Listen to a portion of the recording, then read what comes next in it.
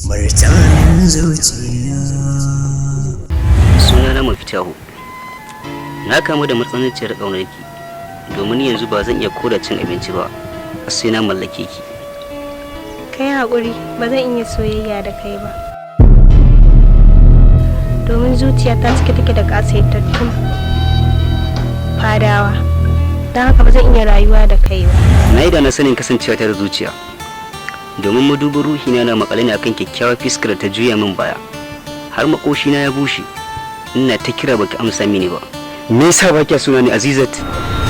Kai haƙuri Miftahu, zuciyata tana ci balbal kamar wutar daji. Tunda ne arba da kwararar hawaye akan fuskar.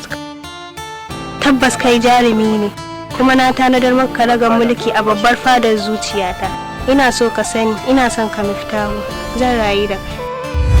Ke ce muradin zuciya. Murtanin zuciya.